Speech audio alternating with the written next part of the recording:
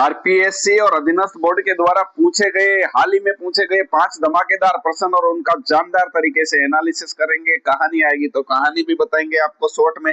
बस ये 5 वीडियो आप देखते रहिए और इससे आपका कॉन्फिडेंस जागृत हो जाएगा कि सच में इस प्रकार के प्रश्न आते हैं और इनसे संबंधित कौन कौन से प्रश्न आ सकते हैं, उसके लिए हम तैयार है। चलो शुरुआत करते हैं। आज का पहला क्वेश्चन देखिए, पहला क्वेश्चन है 3 नदी, 3 क्रियाकांड, 3 स्थल और 3 देव के लिए कौन सा धार्मिक स्थल प्रसिद्ध है। प्रश्न बस ऐसे कैसे ही पूछा था। अब हमें ये तो पता है 3 नदियों के लिए प्रसिद्ध स्थल है, वो तो पता है। कौन सा है बताओ? वेणेश्वर, डूंगरपुर में स्थित है ना, नेवरपुरा गांव, डूंगरपुर जिले का वेणेश्वर धाम। क्यों प्रसिद्ध है, क्या क्या बातें हैं देखो। वेणेश्वर कहां पर है? ये डूंगरपुर में है। कौन कौन सी 3 नदी है? तो 3 नदी है यहाँ पर, सोम, माही और जाखम। सोम, माही और जाखम का ये त्रिवेणी संगम है। आदिवासियों का कुंभ भी इसे कहा जाता है। क्या कहा जाता है? आदिवासियों का कुंभ कहा जाता है। बहुत बड़ा यहाँ पर जोरदार मेला भी लगता है। 3 दिन नदी हो गई। 3 क्रियाकांड, 3 क्रियाकांड का मतलब ये है कि यहाँ पर धार्मिक क्रियाकांडों के लिए ये स्थान प्रसिद्ध है। मतलब 3 क्रियाकांड को कौन कौन से हो गए? एक तो हो गई मोक्ष स्थली के, किसी की मृत्यु होती है तो उसकी अस्थियां यहाँ पर विसर्जित की जाती है। किसी के जन्म से संबंधित क्रिया भी यहाँ पर की जाती है और यज्ञ हवन से संबंधित क्रियाकांड भी यहाँ पर की जाती है। 3 स्थल है, बिल्कुल 3 अलग अलग स्थल है। 3 अलग अलग स्थल कौन कौन से हैं यहाँ पर? यहाँ पर भगवान शिव, जिसको अपन वेणेश्वर के नाम से भी जानते हैं, भगवान विष्णु, जिसको लक्ष्मी नारायण के नाम से जानते हैं, और संत माव जी के 3 बड़े मंदिर है। बिल्कुल, तो 3 नदी, 3 क्रियाकांड, 3 स्थल और 3 देवों के लिए कौन सा स्थल प्रसिद्ध है? तो ये तो हमें पता चल गया गुरुजी, ये वेणेश्वर है और वेणेश्वर धाम जो है वो डूंगरपुर में है। विषय आदिवासियों का कुंभ कहा जाता है, रट लो। वागड़ का प्रयागराज भी कहा जाता है। आदिवासियों का कुंभ, वागड़ का प्रयागराज। इसके अलावा यहाँ पर जो मेला लगता है वो हाल ही में माघ पूर्णिमा को मेला लगा था, तो ये थोड़ा सा हमें याद रखना है वेणेश्वर के लिए। दूसरा क्वेश्चन हम देखते हैं। कौन सा क्वेश्चन पूछा था? सुनो, ये प्रश्न आया था पिछले वीडियो में भी, मैंने आपको बताया था कि केवल दुर्ग और उसका निर्माण काल इन्होंने पूछा था, मिलान वाला क्वेश्चन आया था। तो सारे के सारे हम पढ़ेंगे। देखिए, गागरोन का दुर्ग का निर्माण कब करवाया था, ये प्रश्न पूछा था। अब हम गागरोन के बारे में सारा पढ़ेंगे कि कब करवाया वो तो ठीक है, लेकिन किसने करवाया, कौन सा राजवंश था, किस नदी के किनारे हैं, जो भी है सारा हम पढ़ेंगे। देख लो एक बार, गागरोन दुर्ग का निर्माण कब करवाया गया। प्रश्न आएगा इसका 12वीं शताब्दी में।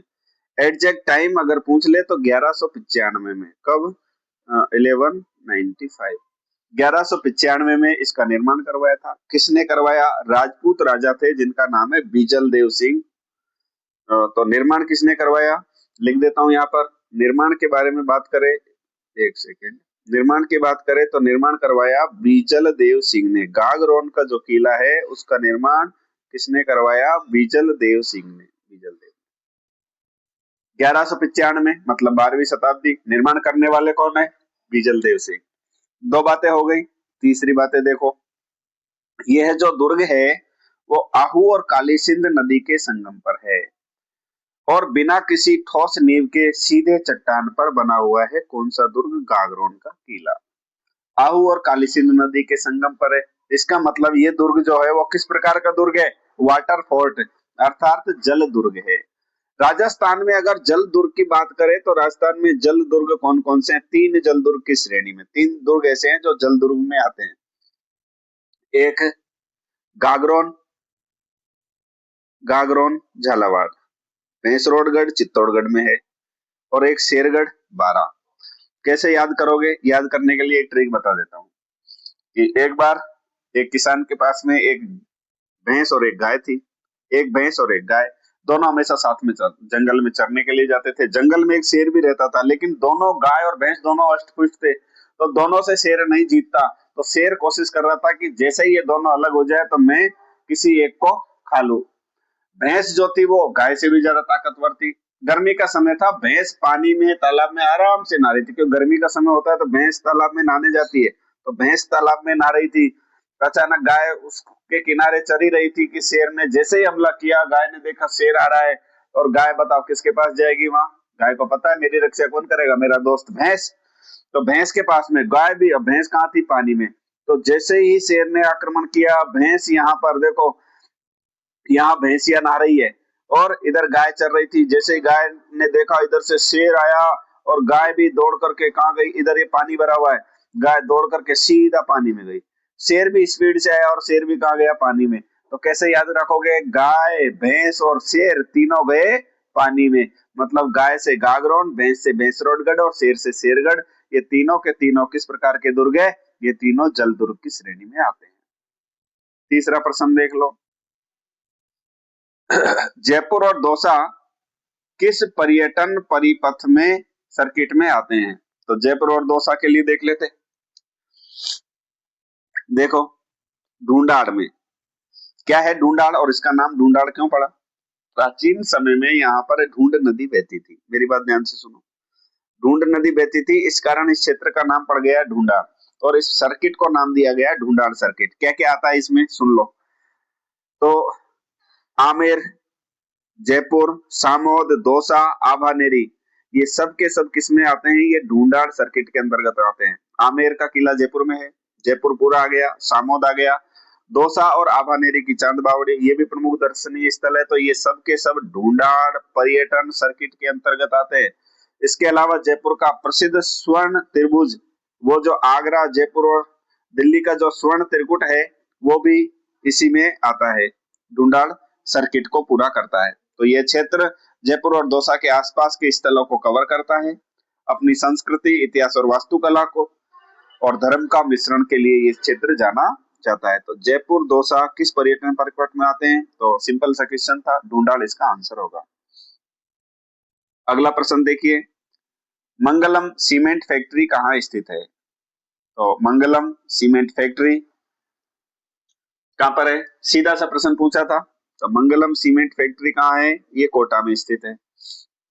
क्या याद करना है इसके लिए? देखियो, कोटा जिले के मोड़क में स्थित है, और ये कंपनी मुख्य एकीकृत संयंत्र है। एकीकृत संयंत्र है, और किसके द्वारा? बीके बिरला समूह का ये हिस्सा है। ये प्रश्न आपका पूछा जा सकता है। और मंगलम सीमेंट फैक्ट्री, बस इतना याद रखना है, कहां पर है? कोटा में है, और किसके द्वारा? बीके बिरला समूह का ये हिस्सा है मंगलम सीमेंट फैक्ट्री। आज का अंतिम क्वेश्चन देख लेते हैं।